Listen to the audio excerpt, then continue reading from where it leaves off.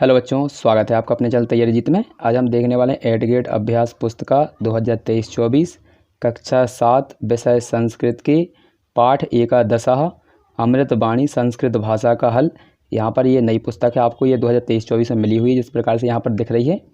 तो यहाँ पर हम इसका पाठ 11 देखने वाले हैं। इसका नाम है अमृतवाणी संस्कृत भाषा। यदि आपने 1 से लेकर 10 पाठ तक का हल नहीं देखा है पिछले पाठों का, तो आपको वीडियो के लास्ट तक बता दिया जाएगा कि आप किस प्रकार से इस संपूर्ण पुस्तक का हल देखेंगे। यदि आप चैनल पर पहली बार आए हैं तो चैनल को सब्सक्राइब कर लीजिए। तो यहाँ पर देखिए, हमारे यहाँ पर क्वेश्चन दिए गए हैं, तो पढ़ लेते हैं। निर्देश दिया है बहुविकल्पीय प्रश्न। तो यहाँ पर पहला क्वेश्चन क्या दिया गया है देखिए, तो इसको पढ़ते हैं अच्छे से। तो यहाँ पर लिखा है प्रश्न 1, पुराणानि सन्ति, यानी पुराणों की संख्या कितनी है। अष्ट यानी 8, अष्टदशा यानी 18, सप्तदशा यानी 17, षोडशा यानी 16 है। तो इसका सही आंसर हो जाएगा ऑप्शन नंबर बी, यानी अष्टदशा यानी 18 है। पुराणों की संख्या 18 है। इसके बाद क्वेश्चन दूसरा है आदि कविहा अस्ति, यानी आदि कवि कौन है। वाल्मीकि, वेदव्यास, अश्वघोष या कालिदास। तो इसका सही आंसर हो जाएगा ऑप्शन नंबर द, यानी डी, यहाँ पर कालिदास। पहले का हमारा बा है और दूसरे वाले का आपका दा है। अच्छे से लिखकर कंप्लीट करते चलिएगा। अगला क्वेश्चन है आपका तीसरा क्वेश्चन। देखिए यहाँ पर क्या लिखा हुआ है। निर्देश दिया है एक पद में उत्तर लिखत, यानी एक पद में उत्तर लिखना है एक शब्द में। तो यहाँ पर लिखा है तीसरा क्वेश्चन कति पुराणानि सन्ति, यानी पुराणों की संख्या कितनी है, यानी कितने पुराण है। तो यहाँ पर हो जाएगा अष्टदशा, यानी 18 है। इसके बाद चौथा क्वेश्चन है चतुरेषु वेदेषु प्रथमा वेदः का, यानी 4 वेदों की संख्या हमारी। तो 4 वेदों में प्रथम वेद कौन सा है। तो इसका हो जाएगा ऋग्वेद। क्या हो जाएगा, ऋग्वेद। इसके बाद क्वेश्चन नंबर अगला देखते हैं 5वां क्या दिया गया है।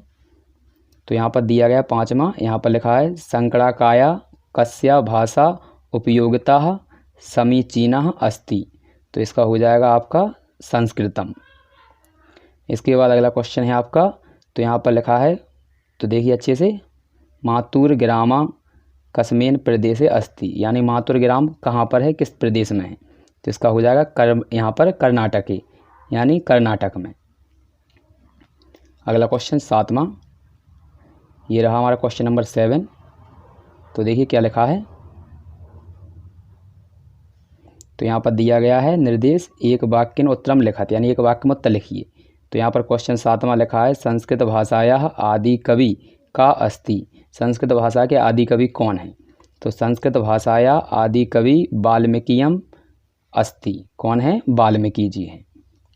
इसके बाद अगला है आपका 8वां क्वेश्चन कस्या भाषा प्रसाराय प्रयत्नम करणीयः। तो इसका हो जाएगा संस्कृत भाषाया प्रसाराय प्रयत्न करणीयः। तो कौन सी भाषा है। तो इसका हो जाएगा यहाँ पर कस्य की जगह पर केवल संस्कृत याद करना है, और यहाँ का के स्थान पर आपको वाल्मीकि याद करना है। तो वाल्मीकम, तो इतना आपको याद करना है केवल।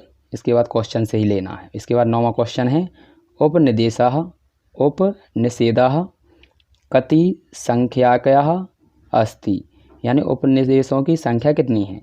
तो यहाँ पर लिखा है उपनिषेधः अष्टोत्तरम शतम संख्याकः सन्ति। ठीक है, तो यहाँ पर ये आपका इसका आंसर हो जाएगा। इसके बाद अगला क्वेश्चन है आपका 11। तो ये रहा क्वेश्चन नंबर हमारा 11। इसमें लिखा हुआ देखिए, तो प्राचीन पंच वैज्ञानिका नामानि लिखत, यानी प्राचीन समय के 5 वैज्ञानिकों के नाम लिखने हैं।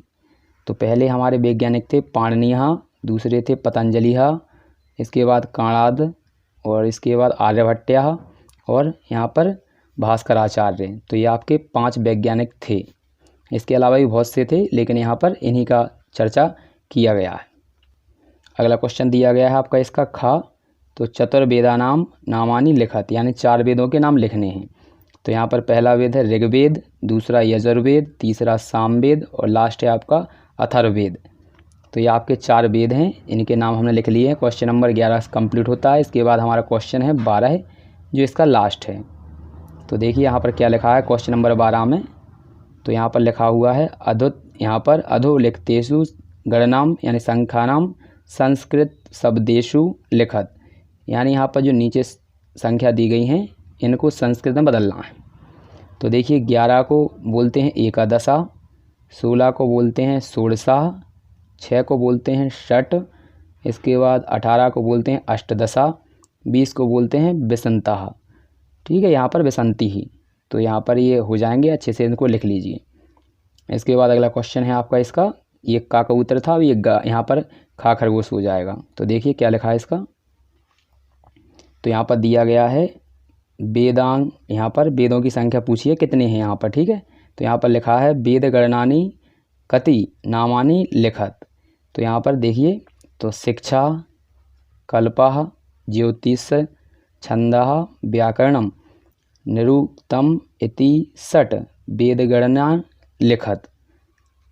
तो ये आपका हो जाएगा आंसर।